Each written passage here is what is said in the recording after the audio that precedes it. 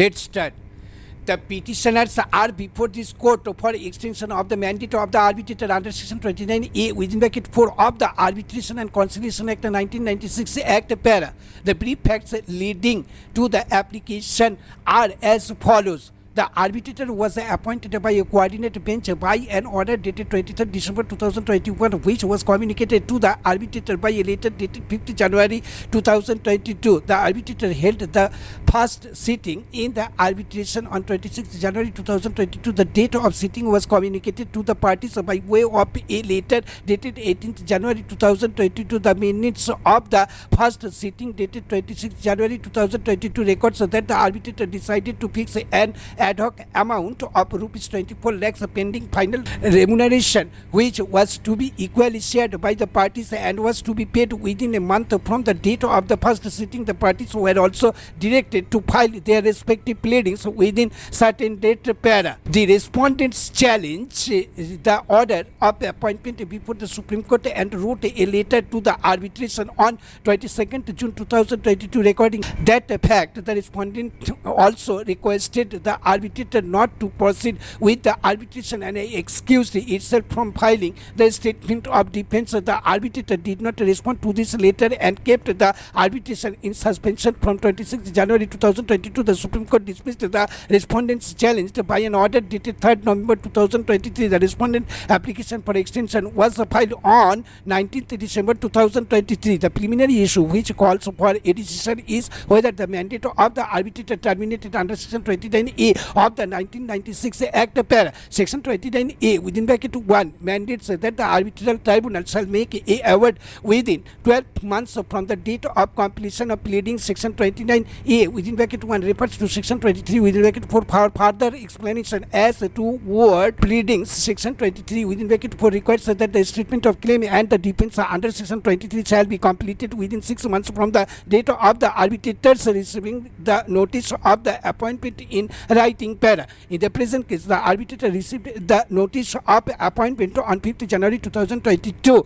Hence, if section 29A within bracket 1 and section 23(4) are read together, the mandate of the arbitrator would have terminated on 3/7/2023. The reason for this is as follows. This is the position taken by learned counsel appearing for the parties. However, if this position is accepted by the court and the court is not ready to accept this at the moment for reasons stated below, the petitioner would be entitled to come to the court for extension of the mandate. The court has taken a view in another matter that any application for extension of the arbitrator's mandate must be made during subsistence of the mandate. Since that matter is now pending before the Supreme Court for consideration, the court refrains from making any further comments in this regard para. For reasons of commercial and arbitral efficacy, a more acceptable reading of section 29A within bracket 1 and 23(4) would be that section 29A within bracket 1 is silent on the 6 months mentioned in section 23 within bracket 4. This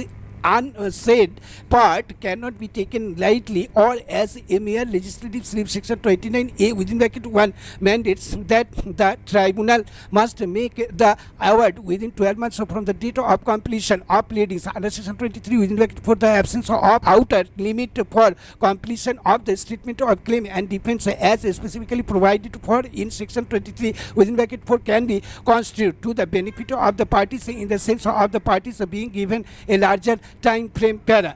As of now, section 29A within bracket 1 may be construed as referring to the word pleadings in a limited context, that is only with regard to defining what the pleadings are, that is the claimant's statements of claim and the respondent's statement of defense. If this is the construction, the present case would turn on the fact of the respondents not having filed their statement of defense till the date of filing of the present application para. Hence, for the purposes of section 29A within bracket 1, with the limit contextual application of section 23 within bracket for the arbitrator's mandate continued as on the date of filing of the present application, the timelines under section 29A within bracket 1 and thereafter would only kick in once the pleadings of the parties are complete. The application for extension is accordingly held to be maintainable as to whether the arbitrator who was appointed by the order of 23rd December 2021 should continue or not is entirely for the parties to decide. In the context of the statute, it should be stated that the court is not happy with the arbitration remaining in suspension from 26th January 2022, which is almost 2 years. The arbitrator did not respond to the letter of the respondents dated 22nd June 2022.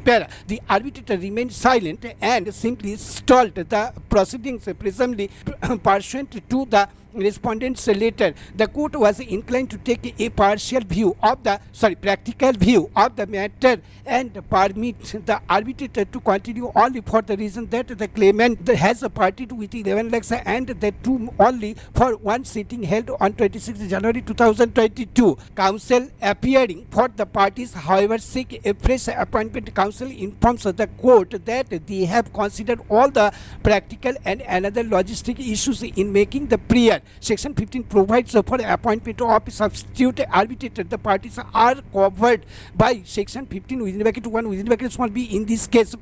Considering the inordinate delay in the arbitration and that only one sitting was held since 5th January 2022, APCOM 33/2023 is accordingly allowed and disposed of by appointing Mr. Bhaskar Bhattacharya from former Chief Justice of the Gujarat High Court to act as the arbitrator, subject to the litigant arbitrator communicating his consent in the prescribed format to the registrar, original side of this court within 3 weeks from a date. The petitioner's advocate on record shall communicate this order on the litigant arbitrator by 20th January 2024 along with the requisite details of the contract person of the petitioner. The petitioner shall be at liberty of seeking adjustment of the fees paid to the erstwhile arbitrator. The parties shall also seek return of the arbitral records from the erstwhile arbitrator. Stop. Thank you.